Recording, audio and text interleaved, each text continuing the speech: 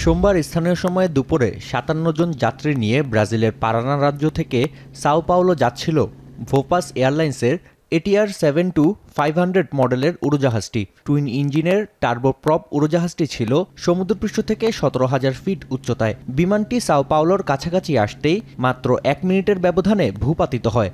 মুহূর্তেই প্রাণ হারান সকল যাত্রী ও ক্রু সহ বিমানের ৬১ আরোহী।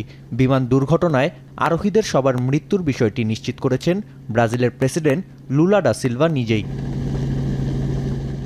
বিমান বিধ্বস্তের সঠিক কারণ এখন পর্যন্ত জানা না গেলেও দুর্ঘটনাস্থলে অনুসন্ধান চালিয়ে যাচ্ছে উদ্ধারকারীরা। কারণ অনুসন্ধানে খোঁজা হচ্ছে ব্ল্যাক বক্স। সাও পাওলো শহর কর্তৃপক্ষ জানায়, একটি আবাসিক এলাকায় ফ্লাইটটি বিধ্বস্ত হলেও এতে সেখানকার বাসিন্দারা হতাহত হননি।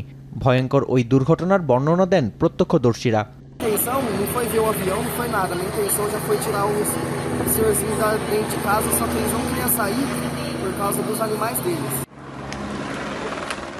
বিধ্বস্ত হবার পরপরই উড়োজাহাজটিতে আগুন ধরে যায়। এতে পুড়ে অঙ্গার হয়ে যায় বিমানটির আরোহীদের মরদেহ। সাও পাওলোর নিরাপত্তা সচিবের নেতৃত্বে চলছে নিহতদের মরদেহের শনাক্তের কাজ। অন্যদিকে নিহতদের স্বজনদের সঙ্গে যোগাযোগের চেষ্টা করছে এয়ারলাইন্স কর্তৃপক্ষ। যে কোনো পরিস্থিতি মোকাবেলার জন্য বিমানের ক্রুরা সক্ষম ছিলেন বলে দাবি ভোপাস এয়ারলাইন্সের। Nós estamos prontos, o CENIPA já está em ação, o CENIPA é o órgão responsável por fazer essa investigação e nós estamos lado a lado para prover todas as informações.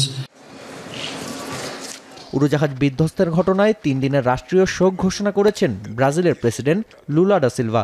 France O Italy যৌথভাবে নির্মাণ করে ATR উড়োজাহাজ। পুরো বিশ্বে এ পর্যন্ত ATR 72 মডেলের ১৫টি উড়োজাহাজ দুর্ঘটনার শিকার হয়েছে।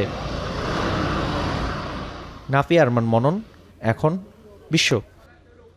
২৫০টিরও বেশি ডিজাইন অপশন নিয়ে ওয়ালটন স্মার্ট ফ্রিজ, বোঝে আপনার প্রয়োজন।